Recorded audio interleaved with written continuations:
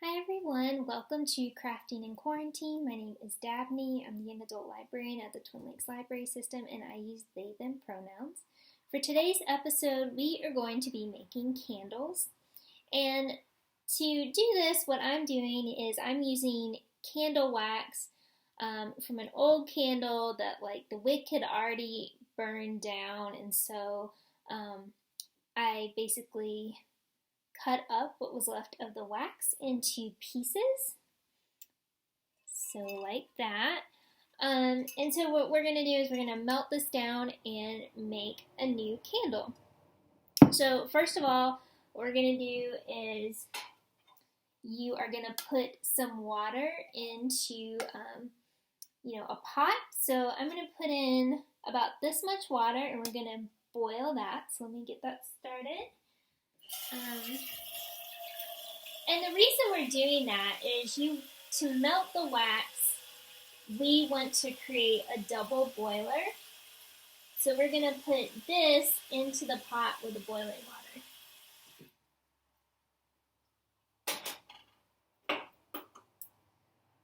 And so that is going to get going. But yeah, while that water's heating up, we'll just talk a little bit about making candles. So this wax I'm using today, I believe this is beeswax. It's from like a beeswax candle. There's all different kinds of wax you can use. If you went to like a craft store such as Hobby Lobby, they have soy wax. That's a pretty common one that you'll see. And soy wax usually comes in like these very thin flakes, and that melts really quickly and really nicely. So, you can melt your wax the way we're doing, which I think is like the preferred method.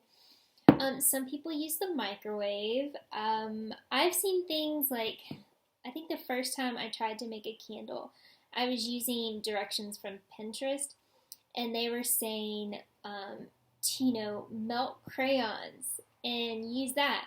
And it didn't work. It didn't burn at all. So yeah, melting crayons to make candles, in my experience, does not work. I don't think it's the right kind of wax to use for that. Another kind of wax you can get from craft stores is granulated wax. So it looks like colored sand.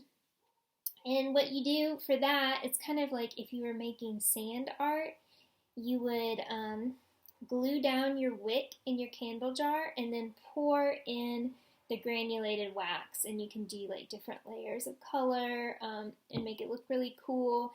And then when you light your wick and your candle's burning, the wax starts melting, and it's really cool looking actually. But speaking of that, what we're going to do is we are going to glue our wick into our jar while our water's heating up. So this is, I believe this is just like a yogurt jar. Somebody gave me a glass yogurt jar. And, with candles, what I typically do is I'm reusing candle jars. So this is another one. I've got some extra wax in. This is like from, I think this was like a Dollar Tree candle that came in here, and when the candle burned out, I cleared out the wax, and I can use this again to make a candle. So the water's almost boiling. Let me see if the hot glue gun, alright, it's pretty warm, so we're going to put a little bit of hot glue on the bottom of our wick. Alright, and then we're going to press this down to the bottom here. And to get that to stay into place, I'm just going to press it down with this marker. So in my experience, hot glue works fine for this. Different types of glue. I'm thinking like Crazy Glue or like E6000, like those can work too. You just have to make sure, especially if you're using like E6000, you're gonna have to wait like probably a day for that glue to set. But this it's already good to go. Obviously, we have a really long wick here, and that's good. You want your wick to be pretty long because after your candle has, after the wax has like hardened, then you can trim this. So the water's boiling. So here we've got just a little bit of wax to get us started, and I'm going to put this into the boiling pot of water. And I'm going to wait for that to start melting. A couple of things you're going to need for this is you're going to need pot holders because this is going to get really hot, and so you're going to want to hold it with your pot holders. There's also steam coming up off the water that's really hot, so you want to be careful with that. Honestly, if you have oven mitts, that is like the preferred thing to do is put on oven mitts. And then I have a spoon right here to stir the wax. So once it starts melting a little bit more, I'll move the camera over so y'all can see that. But yeah, this might take a minute. This type of wax is very hard, and so it takes longer for it to melt. Also, when you have pieces that are this big, it's going to take longer for it to melt. If you have time, like you can get a knife and, shave this down into smaller pieces, and that's going to help it melt faster. But, I just didn't want to do that. So I have like an old knife that's like really dull, and so that's what I use to kind of like cut up old candles and get the wax ready for that. So a couple things I'll show you. This is some wicks that I got on Amazon. You can buy wicks at craft stores like Hobby Lobby, and there's like a whole lot to know about candle making. I've said this before, when I do crafts, I just sort of like leap in and don't do a whole ton of research and preparation. So for a while, like I was making candles and they weren't burning well. And what I found out, it was like the wicks I was using, like they didn't react well with the wax I was using for the candles. So I got like a different kind of wick. This kind like doesn't have any metal in the wick. Some of them do. This one doesn't. It's just, I don't know what it is. If it's like rope or it's like textile, I don't know. It's cloth or something, whatever you make wicks out of. There's no metal in it. And so I've had better success with this. Alright, I'm going to stir my wax really quick.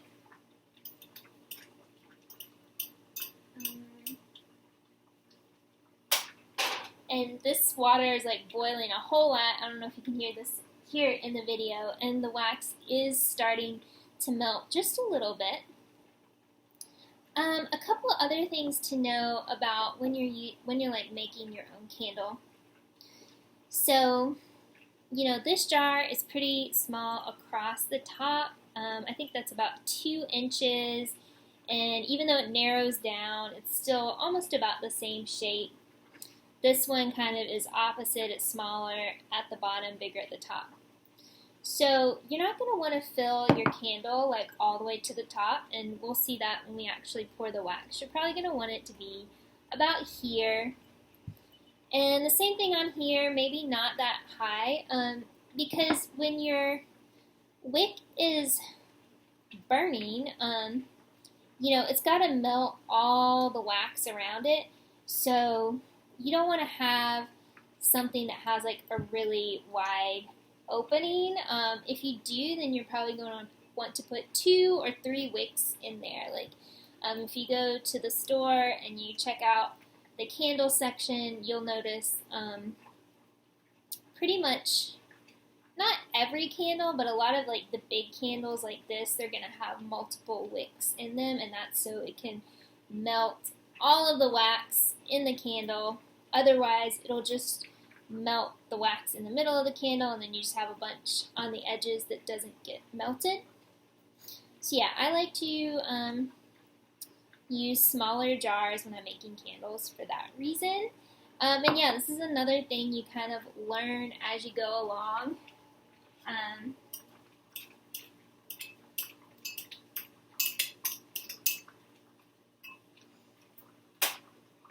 And okay, a couple other things you can do and add to your candles, and that is you can add fragrances.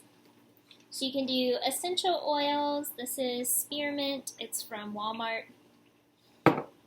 These are ones I got from Hobby Lobby. This one is baking cupcakes, and it does smell very strongly of cupcakes. This one is, I think, rose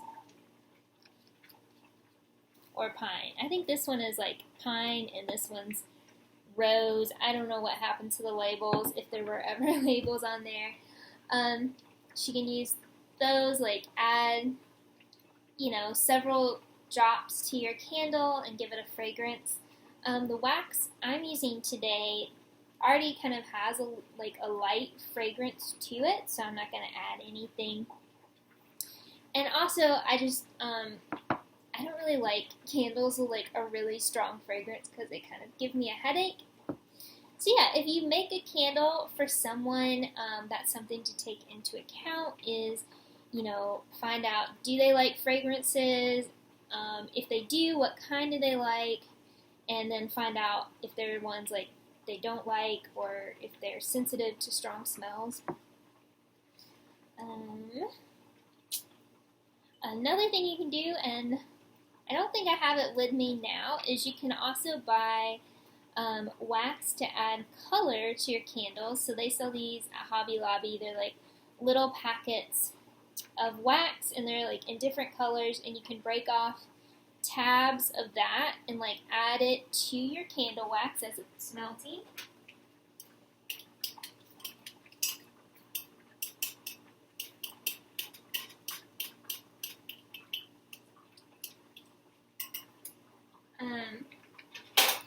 And so that'll like color your candle. I did, one thing I did before with some candles is I did have some crayons, and I shaved off slivers of crayons for the color and added that to the melting wax. And it did give it a color, but it's definitely going to be a much lighter color, like very light pastel. And if you buy like the wax packets, those are going to give you like a more vibrant color for your candles. And yeah, it's something you can experiment with, especially, if you're just like reusing candle wax. I feel like, you can take more chances because you're not like wasting money or supplies necessarily. And yeah, so like for this craft, the only thing I really bought was these wicks from Amazon. So, I already had my jars, I already had the wax from old candles, borrowed a hot glue gun from the library. So yeah, it can be, an inexpensive craft, just depends on what you've got. Alright, I'm going to show you all what the wax looks like.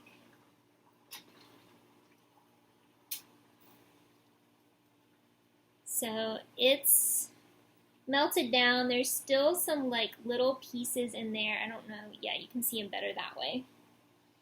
And it does smell really good. My water level's gone down a bit, so let's see. I'm going to add some more wax to it.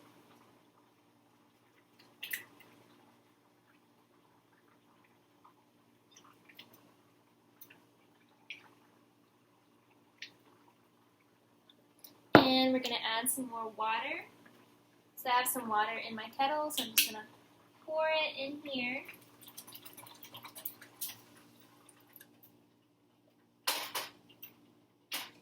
And you just want to be careful while you're doing that.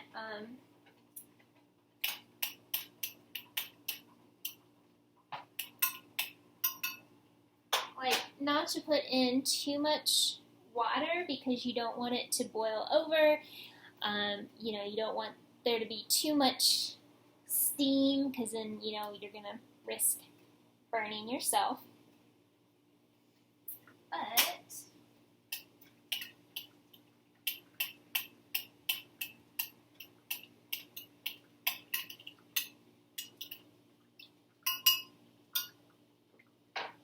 yeah, your main thing it just takes time for the wax to melt. The first time I made candles was actually, with a group of people, and what we did is the person who was leading the craft, they had bought some old, teacups and saucers from, Goodwill, and we made, teacup candles. They're really cute, so, that is something you could do, go to a thrift store, see if they've got any cool teacups for that sort of thing. And what else was I going to say? I don't know. I've also done that with, mugs that I have where, either the handle's broken off or something. You just want to make sure that your jar or whatever you're pouring it into, that it doesn't have any cracks or holes, because otherwise, you're going to have a mess. The wax is going to pour out and it'll be bad. Another thing about candles is it's going to take a while for the wax to harden and set. So I'll have some more information in the video notes about how long that'll take. So you're not gonna just pour it and instantly have a candle you can light. You're probably gonna have to wait overnight for it to be ready to burn. And it does take maybe an hour or two to set, enough so you can move it around if you need to.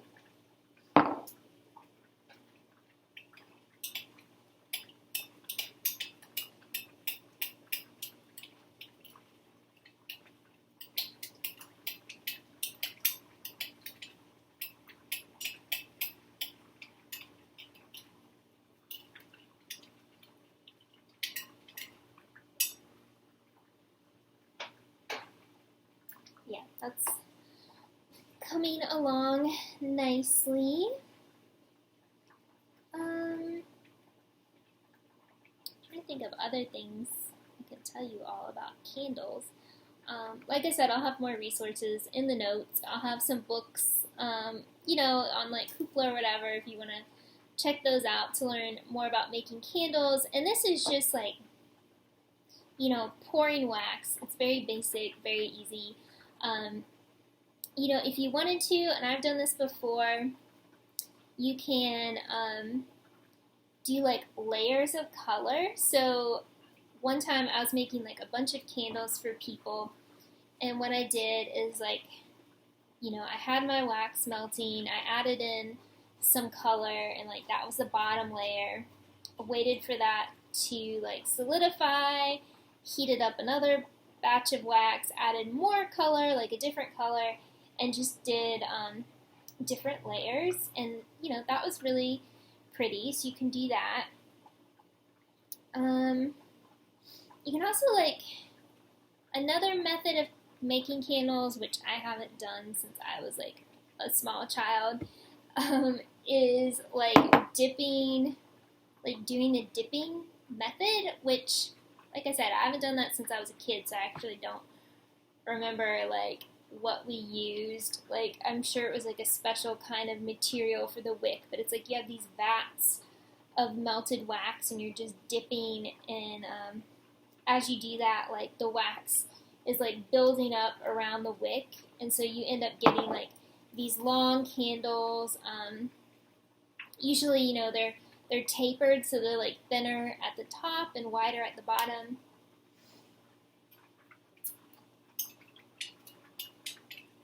Alright, this is nearly done.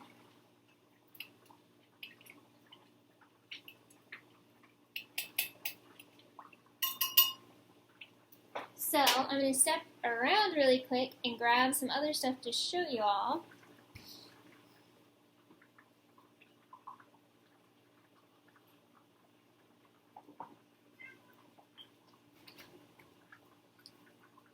so I mentioned like the wax I'm using today is from old candles. And you know, I just kind of like collect. People give me candles, I burn them, and then I end up collecting the wax. So here we've got more wax. And like I try to keep the wax divided up by type. So this, like the different kind of waxes I added to this jar, these are from soy candles. So all this is like soy wax. This is like it kind of like a Pinterest fail. I was on Pinterest and I saw like how you can make these like autumn scented candles where like you add spices, like cooking spices to the wax. And to me that didn't actually work very well. So, you know, maybe I did something wrong, who knows. And then here, this is like some harder kinds of wax. I'm dropping wax all over the counter over here. And yeah, these are all like containers and jars that I'll use again when I'm making candles. Okay, so let's see how this is doing.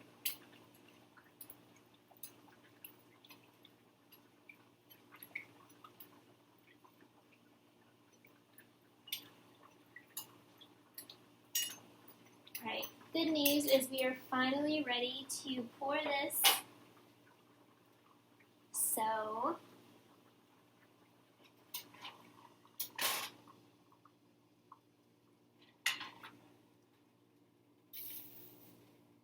so this is cool. It'll show you like how much wax is in there. So this is like 2/3 cup of wax. So let me turn the camera angle down so you guys can see pouring. So here we've got our jar ready. And we're just going to pour, holding the wick up.